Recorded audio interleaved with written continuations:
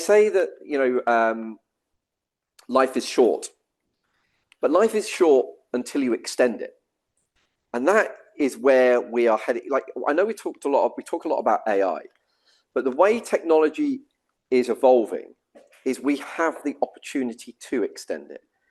And if we extend it, then life doesn't have to be short. Life can actually be incredibly long. And that's what I want to think a bit about today, because that impacts the way we structure our lives, the way we set our goals, but it also impacts the way that we structure our business when we think about how it's going to change, what's going to change with society. Because you see, what we tend to think is that with human adaptability, it tends to be slow. Technology takes time to build. And what we see with exponential technologies is they start really slow. Everyone thought AI was really kind of not going to happen, because AI has been developing since about 1960, really. But it's actually been doubling, but it's been doubling on a very, very small basis. And then when we start to see that doubling really kicking in, that's where we get this exponential growth, which is why in the last 2 years we've seen this phenomenal growth in AI, even though it's taken a long time to get to that point. And of course, whether this is AI or whether this is longevity, we kind of expect it to be amazing long before it is. Then it doesn't happen as quick as we think, and then we expect it to be really average for a long time, and then suddenly it goes exponential without people really realizing it. And the same is the case with longevity. So I want to use a term a few times probably, which is called longevity escape velocity. Not the easiest term to roll off your tongue. For those of you who haven't heard that term before, that is the point in time when we get to a stage where for every year you stay alive, your life expectancy goes up by a year. So in the Abundance 360 community, which you talk a lot about longevity, they've been saying they think that year will be about 2030. So by 2030, for every year you stay alive, your life expectancy goes up by a year. Now, actually, when Dr. David Sinclair was interviewed, he said we already have all the technology to make longevity escape velocity viable today. The problem is it's not widespread technology, not widespread medicine, so it's not available to us. But he has already reversed aging in mice, and they see no reason why that can't be applied to humans. And he sort of talked about it as being this almost like this reset, where every sort of 10 years you might go in for a set of kind of longevity treatments, and you might reverse your aging by 10 years.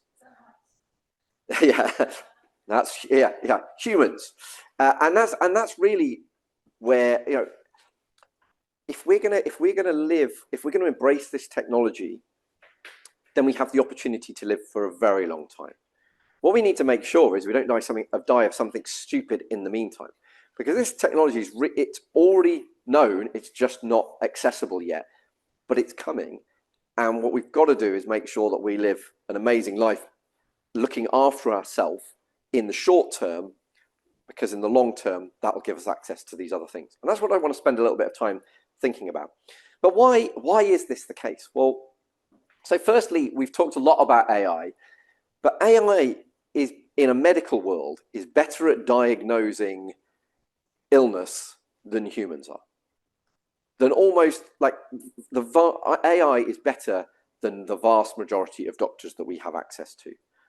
So they did some research on, and I can't remember what the scan was, but it was a certain type of scan, and they gave the doctors the scan to look at, and they got something like 73% right. Then they gave the doctors access to ChatGPT and the same scan information, and doctors plus ChatGPT got up to about 78%. ChatGPT on its own, 93%. The doctors got in the way of the AI delivering the best results it possibly could. OpenAI have just released a thing called Health Bench, which is their attempt to integrate AI into the health world. And we've seen how ChatGPT and OpenAI has accelerated everything to do with kind of language communication. That is where they're now taking OpenAI is into the health space.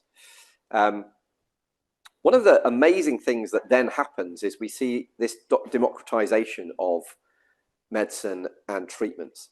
At the moment, in fact, it was just recently, I can't remember what treatment it was, but NHS has ruled out using a particular treatment because it's too expensive for the NHS. So that means that, you know, a whole lot of people can't get the best treatment because the NHS can't afford it.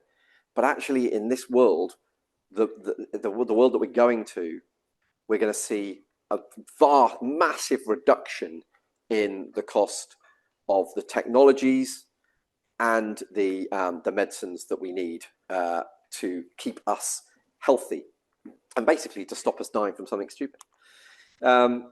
If you read Outlive, which, I mean, I've read quite a few books on longevity, including Dr. David Sinclair's book. I think Outlive is the best of them, actually. I really like Peter Thiel's work. If any of you have seen Limitless, the Chris Hemsworth documentary, we're in the longevity session, which is the last episode, where they put him in an old person's suit and they put him in a care home.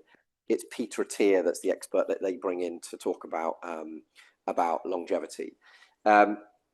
He talks about health 2.0 versus health 3.0.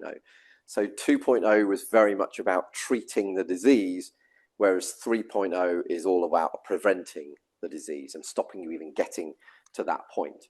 And that's partly through the analytics around measuring what's going on, and it's partly through the treatment of or even the elimination of disease before it even kicks in.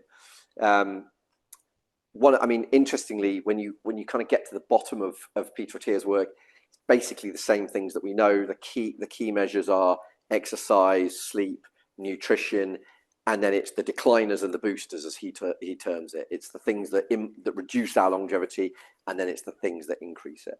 But what's really interesting is I think that a lot of the talk here is not just about increasing lifespan, because you say, oh, you're going to live to 120 or 150 or whatever it is, and people go, oh God, I don't want to live to 150 because that means I'm going to spend 30 years in a care home.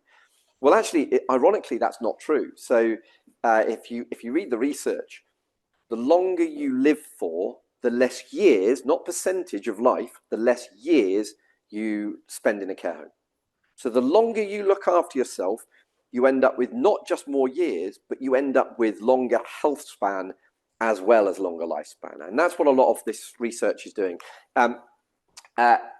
This is my grandparents on my mum's side of the family. So my gramp was a farmer, always out on the farm. And he basically dropped off his perch within like a matter of months. He was pretty healthy all the way through, then died a pretty sudden death when it was his time. My nana, on the other hand, as you can see, she was quite a round lady.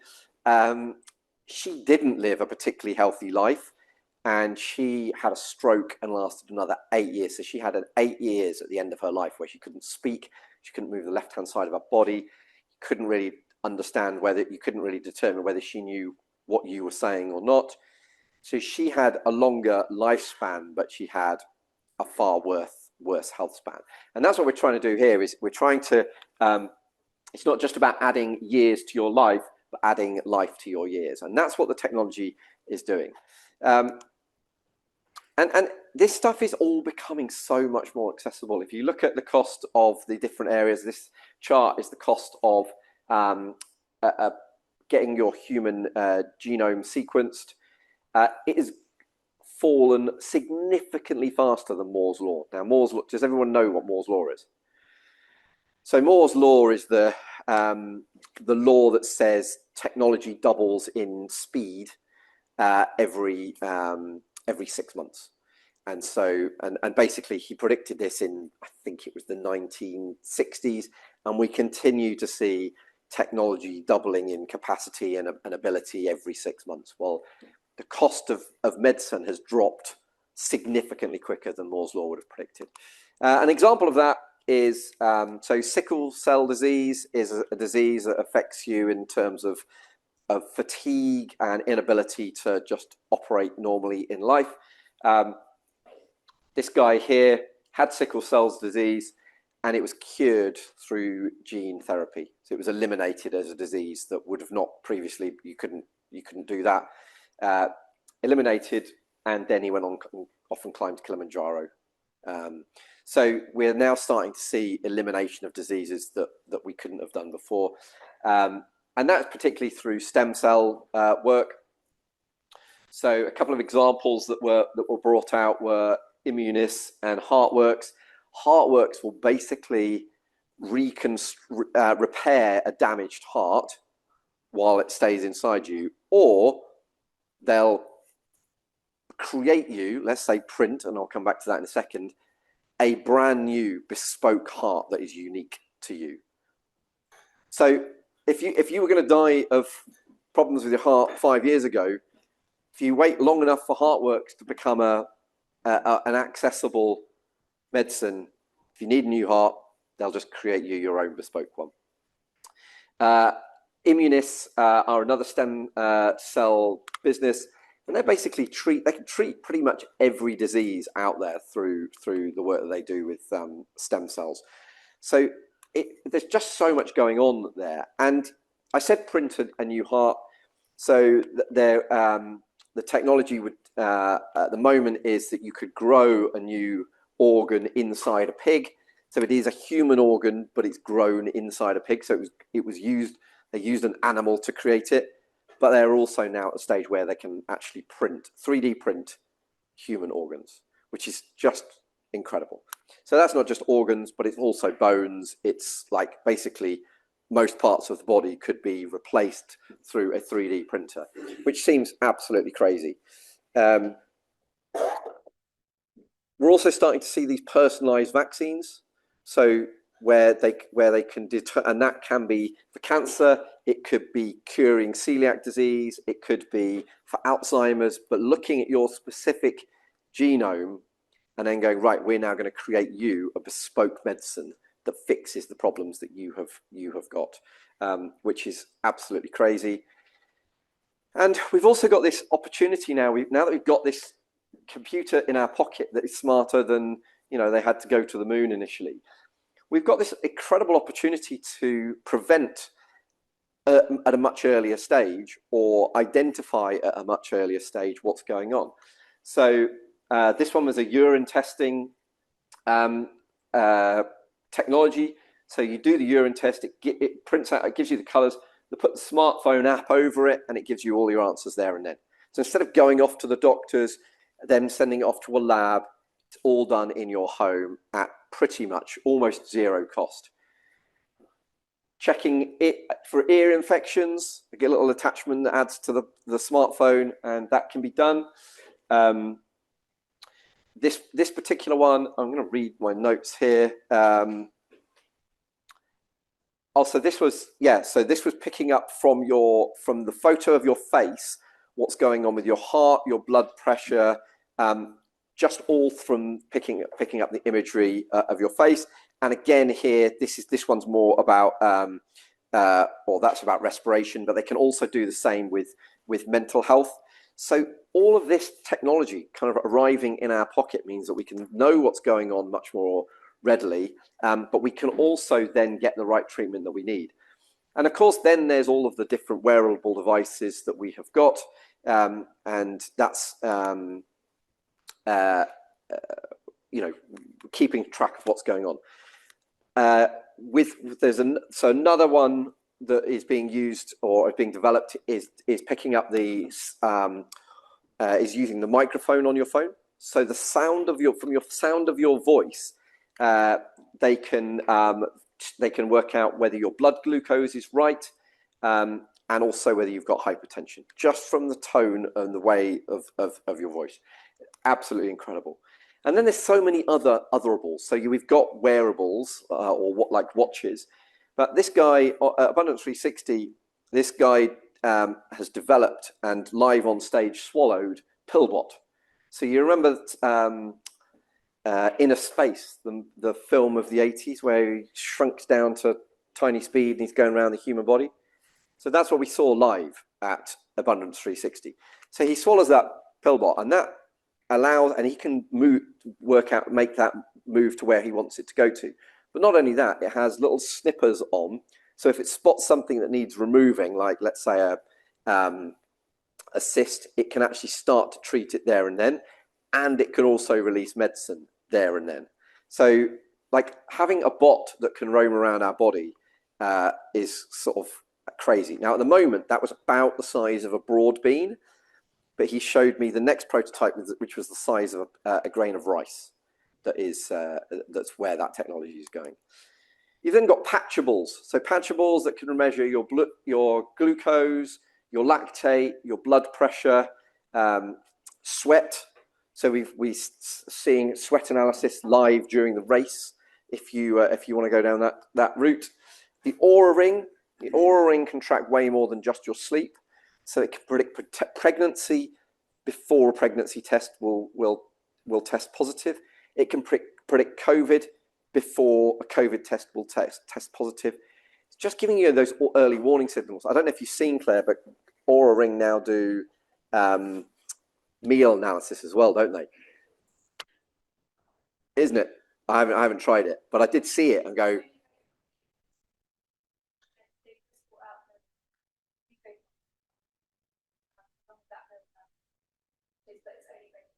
oh, okay. Yeah. I did an ECG test on my watch yesterday, the day before yesterday. Just happened to pop up on my watch going, you haven't used Garmin's ECG, and so it literally did. Oh, yep, your heart is all working according to plan. I was sitting in the car after my swim. Apparently, you have to have a heart rate of more than 50 for it to be able to test you. So I was like, well, I better do it now, just after a swim, because my heart rate, otherwise it will drop below that. So, but yeah, so you've got rings that will track everything from your health through to your sleep quality.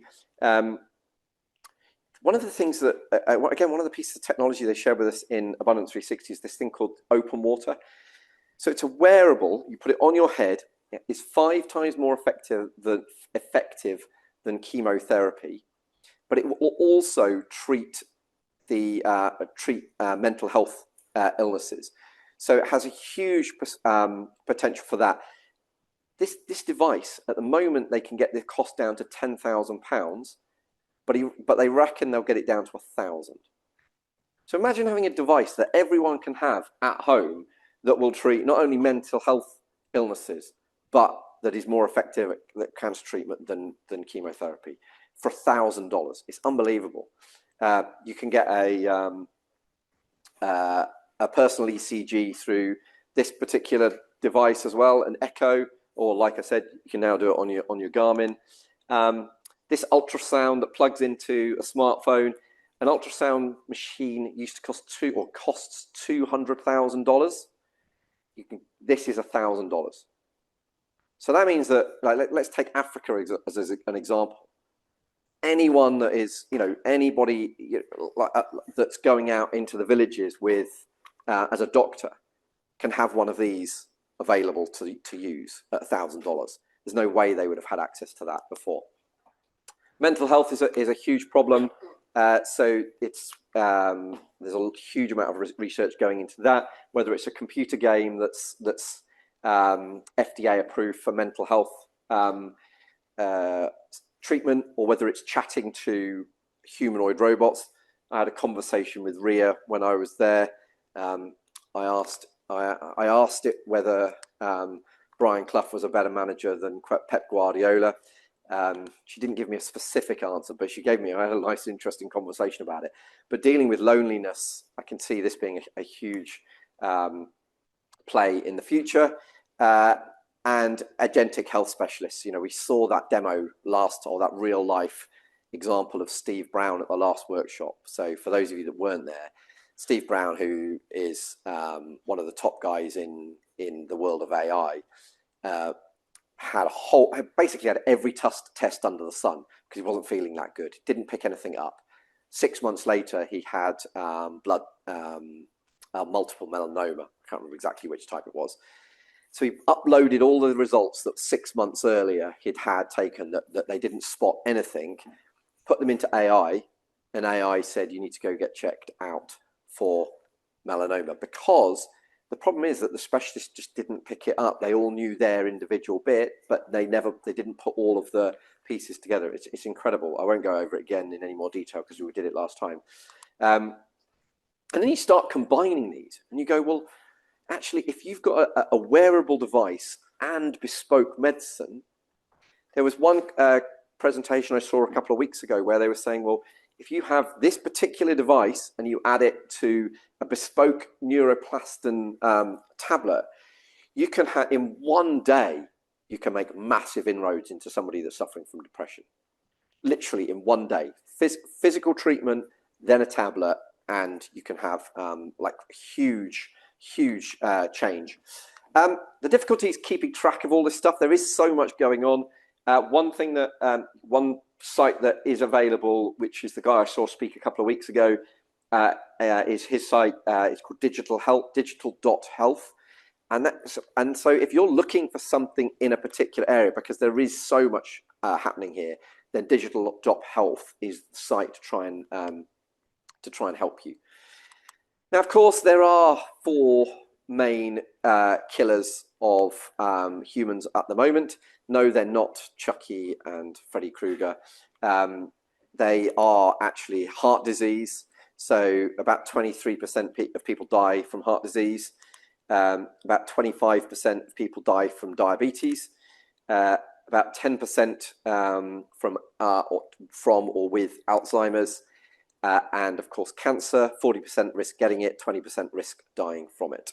So the key message really is to not die of anything stupid in the short term, because if you can look after yourself for the next 10 years, then you've basically lived long enough to potentially live forever. Now, I'm not sure whether we want to live forever, so that's kind of, I'm going to caveat that bit, but certainly to 150.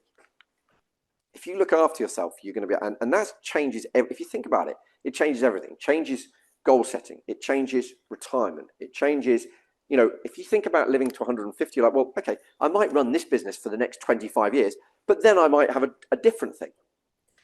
But also it changes everything from a client point of view. If you're working on everybody dying at 90 and suddenly they're living to 120 and they've run out of money at 90, that could be a different problem. So the first question we want to answer is, how can we make sure that we don't die of something stupid in the short term? And it goes back to what Peter Attia said. So clearly it's diet, what you eat, and how you look after yourself, how you fuel yourself has a massive impact. I'm not going to go into any detail on that, but I'm sure Claire could deliver some more detail on what good nutrition looks like versus bad nutrition. But ultimately, it's fairly simple if you keep it high level. Stay away from sugar, stay away from fried food, deep fried food, stick to more vegetables than meat, more meat than grains, more grains than whatever's next in the chain. But stick to more of the healthy stuff, and it means you don't have to eliminate anything, but you have more healthy stuff. I think the episode that I did with Matt Fitzgerald, or we did with Matt Fitzgerald, probably the best episode we've done from any of the other speakers on diet. But of course, everyone is different, and therefore kind of understanding how food reacts to your system and your system reacts to different food types is really important. You can do that one of 2 ways. As far as the conversations we've had, you can go and see somebody like Claire that can help you bespoke that journey and make sure that you've got a diet and a nutrition that's right for you. And it's probably not perfect, but it's definitely better than nothing. You can use an app like Zoe, where you've got you can wear a continuous glucose monitor, and it tests your reaction to different food types. So you can see, well, I reacted badly to that one, I reacted well to this type of food. So that to me seems like a good solution. I still haven't done it actually, and it's mainly because I think when you're doing the testing stage, you can't swim during that stage, and so therefore I haven't found a window that was right for me to do it, but I think I will do it at some point. Stay away from the decliners, or as I think the decliners is how Peter Attia terms it. And I don't mean you can't have any of them, but clearly, like, certainly alcohol reduces the quality of your sleep. So, you know, the more alcohol you drink, the more decliner you're having. Doesn't mean that you shouldn't have any alcohol, although I know some people have benefited hugely from not having any alcohol at all. But it's definitely one of those things to moderate downwards. Smoking, I don't think anyone in the room here probably smokes. We have maybe a couple of people in the trusted team that aren't here today that maybe do. It's just one of those things that's going to, you're taking a massive gamble as to whether you're going to really see the benefit of the longevity move. Deep fried food, sugar, and also sugar-free stuff. The sugar-free stuff seems to almost be as bad as having sugar, because it's like telling your digestive system you're about to get sugar and then not giving the sugar, and therefore ending up with a potentially an insulin resistance. Getting more exercise, there's kind of mixed opinions as to how much exercise is the right amount of exercise. If you listen to Daniel Lieberman, it'd be 30 minutes a day. If you really want to go to the highest level, then Peter Attia would say 90 minutes a day. But exercise is probably the biggest influence you can have, because the single most accurate measurement for how long you're likely to live is your VO2 max. So your level of fitness is the most accurate predictor of that. You can measure it on your watch, but and by the way, second is muscle mass. Those seem to be the two best predictors. So if you're not as fit, you know, and you can get, there were some stats I was going to give you here.